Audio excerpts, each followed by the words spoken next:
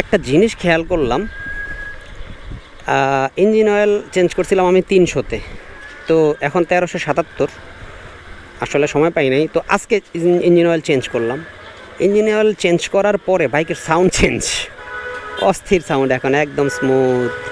আর ওই engine oil change করার আগে গত 2 দিন আমি বাইক চালাইছি, আমার কাছে খুবই মানে কেমন জানি মনে হইতেছিল যে বাইকের অবস্থা খুবই খারাপ, 12টা বেজে গেছে বাইকের, এই টাইপের একটা অবস্থা। এখন সাউন্ডটা তো আপনাদেরকে ক্যামেরায় শোনাইতে পারবো না, কিন্তু আমার কাছে সাউন্ডটা যে কানে আসতেছে না, একদম মাখন মাখন সাউন্ড আসতেছে, খুবই স্মুথ। একটু টান দিলে বোঝা যেত। এই আপা, ব্রেক, এই যে একদম পারফেক্ট সাউন্ড।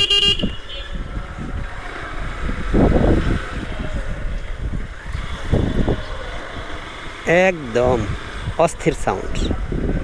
ইঞ্জিন অয়েলটা আসলে কি জিনিস,